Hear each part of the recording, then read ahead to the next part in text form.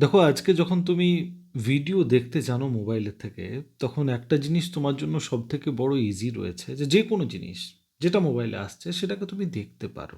এবং তোমার ইচ্ছার মতো যতক্ষণ তোমার কাছে সময় আছে, তুমি সেই টাইমটা সেই ভিডিওটিকে দিতে পারো। এবং ম্যাক্সিমাম টাইম আজকে মানুষ ২৪ ঘন্টার মধ্যে যতটা টাইম সে জেগে থাকছে নিজের কাজ বাজ করতেও, তার সাথে সাথে যে সময়টা সে ফ্রি একটু পাচ্ছে, সেখানে কিন্তু সে কোনো না কোনো কন্টেন্ট দেখছে, কোনো না কোনো ভিডিও দেখছে। আমার দেখছে, অন্য কারোর দেখছে, আমার খুব কম দেখছে, কিন্তু সবার দেখছে। এবার প্রত্যেকটা মানুষের কাছে একটা জিনিস এখন অ্যাভেলেবেল আছে, সেটা হচ্ছে মোবাইল ফোন, মোবাইল ডিভাইস, এবং সেটার মধ্যে একটা রিচার্জ, যেখানে থেকে সে কিন্তু ভিডিওস দেখতে পারে। এবারে কি দেখবে কি না দেখবে সেটা একটা অন্য বিষয়, সেটা নিয়ে পরে কথা বলছি। কিন্তু আজকে একটা মানুষ আমার মতন, তোমার মতন, সব থেকে বেশি সমস্যাতে তখন পড়ছে যখন সে জানতে পারছে যে ওই দূরে বসা একটা ছেলে কি একটা ক্রিপ্টো ট্রেডিং করলো, বা একটা কি স্টকে কি টাকা লাগালো, প্রচুর টাকা রোজগার করে ফেলেছে মাত্র 15 দিনে।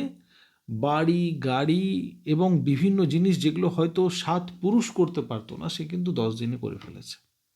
এবং সেই জিনিসটা জানার জন্য তুমি ইউটিউবে আরও ঘাঁটতে আরম্ভ করলে, ফেসবুকে আরও ঘাঁটতে আরম্ভ করলে, এবং সেগুলোকে জানার চেষ্টা করতে আরম্ভ করলে।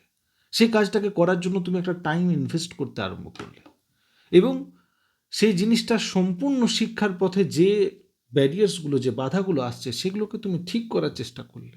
কিছু জিনিস তুমি বানাচ্ছিলে যে এইবারে আমিও সেই পথে এগিয়ে যাব, হঠাৎ করে অন্যদিন একটা নতুন ভিডিও দেখলে, যেখানে আমার মতন কেউ বলল যে আমাকে তো এইসব কিছু করতে হয় না, আমি শুধু ভিডিও তৈরি করি আর লাখ লাখ টাকা আমার কাছে প্রত্যেকটা ভিডিওতে চলে আসে।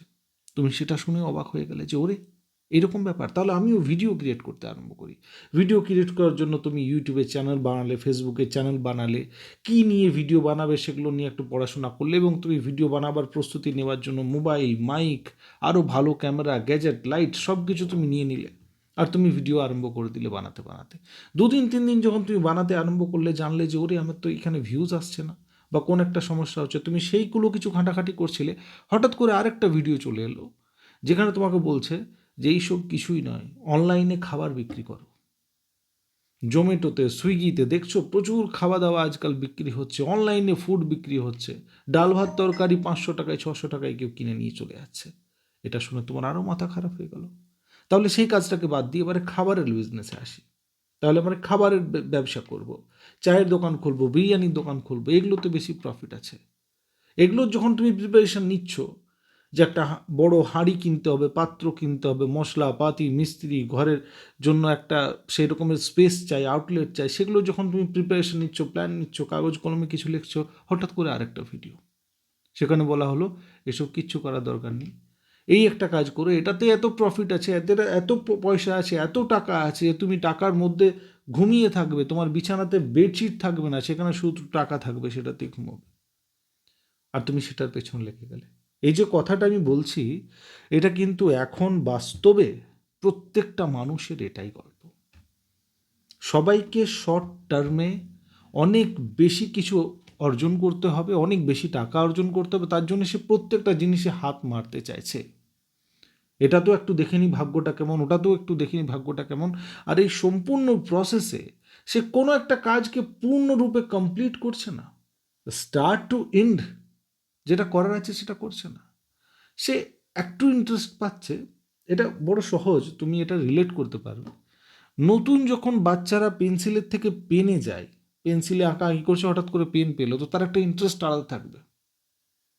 কিন্তু কয়দিন সেই পেনটাকে নিয়ে সেই ইন্টারেস্টটা সেই রকমই থাকে, তারপরে তো বলে আর পড়বো না, বড় হাতে ব্যথা করছে, কদিন পরে লিখবো। যদি একটা প্যারাগ্রাফ দেওয়া হলো লেখার জন্য বাচ্চাকে, প্রথম দিন লেখলো, দ্বিতীয় দিন লিখলো, তৃতীয় দিন বলছে যে না আর লিখতে পারছি না, শুধু লেখাচ্ছে। তো কই আর পেনের জন্য সেই আনন্দটা তো আর নেই। যে কোনো জিনিস যেটা নতুন থাকে তার মধ্যে একটা অ্যাট্রাকশন আলাদা থাকে, আর তার জন্য তুমি সেই কাজগুলোকে ফোকাসফুলি করার চেষ্টাও করো, কিন্তু কিছু সময় পর সেটা আবার ছুটে যাচ্ছে। তো সেই আনন্দটা তুমি রাখতে পারছো না, সেই কাজটাকে সম্পূর্ণ কমপ্লিট করতে পারছো না, আর এটার জন্যই যে কোনো জায়গাতে বিফলতা আসছে। আর এই জিনিসটা যেটা আজকে আমি তোমাকে বলছি, অনেক রকমের এই সময়ে এই সমাজে অনেক রকমের মানুষ এই সমস্যাতে ভুগছে, আর খুব কম মানুষ আছে যে জিনিসটাকে বুঝেছে আর সেই রোডে কাজ করছে, যে রোডে সে কমপ্লিট করতে পারবে কোনো একটা কাজ ধরে নিয়ে। তার জন্য মার্কেটে কি চলছে, মার্কেটে কি নতুন জিনিস হঠাৎ করে চলে এলো এবং কাকে বড়লোক বানিয়ে দিল, কাকে রাজা বানিয়ে দিল, এটা না ভেবে মনকে স্থির করে যেটা তুমি করছো সেটার রেজাল্ট যতক্ষণ না তুমি দেখতে পাবে হার বা জিত, তুমি কিন্তু কাজ করতে ছাড়ো না। এরকমই ভিডিও যদি ভালো লাগছে তাহলে নিশ্চিতভাবে কমেন্ট করে আমাকে জানাও যে ভিডিওটি কেমন লাগলো, এবং যদি রিলেট করছো যে হ্যাঁ এটা সত্যিতে এই জিনিসটা আমার সাথে হচ্ছে, তো প্লিজ একটা লাইক করে দিও। আবার দেখা হচ্ছে একটা অন্য ভিডিওতে। Thank you for your time.